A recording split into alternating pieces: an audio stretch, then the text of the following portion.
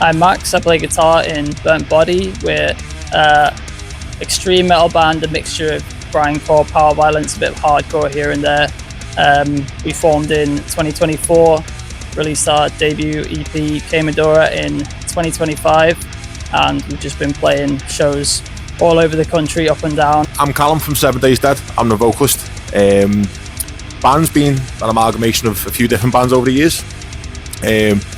But us four have kind of all stuck together like brothers, and yeah, it's been an absolute joy to do. So we are Devil's Henchmen. We're a thrash crossover band from Liverpool. We are False Monarch and we are Scoutcore. Come up from the absolute dirt of Liverpool to make a new scene, a new sound. We are Scoutcore. Where to start? Well, Bloodstock's the main one. Obviously, the chance to play and the exposure of playing on like a bigger stage is always something that you want to try and do. And again, I've said it, I've kind of harped this before, but selfishly, the exposure to listen to different bands from the scene, because you don't just get to listen to the people you're already aware of, but you get to listen to like new bands that are coming through.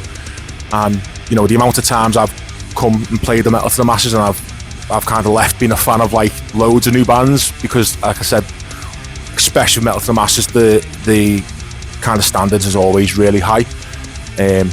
Yeah, it's a special gig within gigs, and especially in Liverpool, it's a really, really special gig to be part of and get the chance to play. Basically, we just wanted to see how far we could take the band.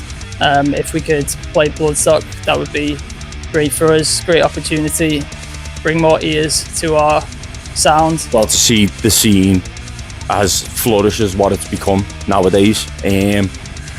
We've been talking about this since I was like 12 years of age. Massive fan of metal, brought into the scene abruptly, and ever since I was a kid I wanted to be the frontman of a metal gent band. That's basically what it is. Well, we won it a few years ago, back in 2023, and it was a great experience, great playing Bloodstock, and being able to come back and headline this heat is very exciting for us, and we're really looking forward to it. Comfort. It means comfort, it means home, and metal means Liverpool to me, if you want me to be honest. I've come from the scene back in the day where it was like 3 or 4 bands, and now to see what it's become, it's really humbling. It's really, really humbling. Metal is a way of life. It's a brilliant thing. Metal for me is like, it's a release kind of from everything else. When you listen to metal, you can't really pigeonhole metal. There's so many subgenres, so you go into the world of metal and there's so many different things, the avenues you can take, and there's a song and there's a genre or a band for every feeling that you're going through that particular day. You know, it doesn't matter if you're flying high or really low, there's always something for you within metal. Metal is like an outsider form of music. It's for people who I think are really into music, not just your average person who listens to the radio. It's always been a big part of my life, listening to bands like Slipknot when I was growing up, ever since I was young. And yeah, it's what I listen to pretty much every day, still to this day. My top 3 metal artists would have to be Slayer, Sabbath and Motorhead. Immortalist, for one. They were my massive inspiration to coming into the scene. Signs of the Swarm, a deathcore band, but again, massive inspiration, great band, great lads. And number 3, I've got to go way back and say Slipknot, because they were the reason why I came into metal. Before I Forget was the first metal song I ever listened to. So Slipknot would have to be number 1 for me, definitely. I would have to say Slipknot. That's definitely up there. They influenced like everything that we do, even though we don't sound anything like them. Also, I'd have to say Black Sabbath are one of my favourite bands.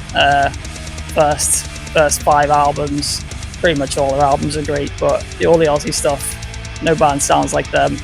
And also, we'll say Mastodon. I've been really into Mastodon recently. Again, all their albums are fantastic. They don't have a bad album, and they're still putting out bangers to this day. Hybrid 30 for me from Linkin Park was my kind of get your way into metal. So for me, Linkin Park will always have somewhere special for me because it was my kind of fix into the wider scene. Another one for me is after Linkin Park started getting into more proggy stuff like Tool. I'm a vocalist, so Maynard is one of my goats. Like, he's got everything in his locker.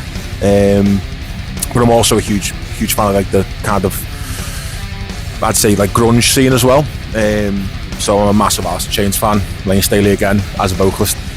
His voice is amazing, and that's one of the things that drew me to like different styles of metal, and kind of convinced me that you don't just have to be pigeonholed into one kind of vocal style to play metal. You can do whatever you want in metal, and that's why it's so good. There's that much space to be yourself within that kind of metal scene. It's really, really cool. I would probably say Tool, the band. I saw them at Download a few years ago, and I was apprehensive at first because Tool always came across like kind of intimate setting band or like a small arena band. So I wasn't sure that they'd perform like at a festival, and they just blew me away. I knew they would do anyway, but they were insanely good. So that's probably where that's who I'd want to be, you know, kind of headlining Bloodstock if I was to be there. Yeah, that's it. I'd have to say Slipknot. I mean, imagine that for Bloodstock, everyone, that'd go mental. Slayer. Immortalist, straight away. The dinginess, the dark tones, the upbringing of the symphonies. Immortalists represent everything what False Monarch are now today.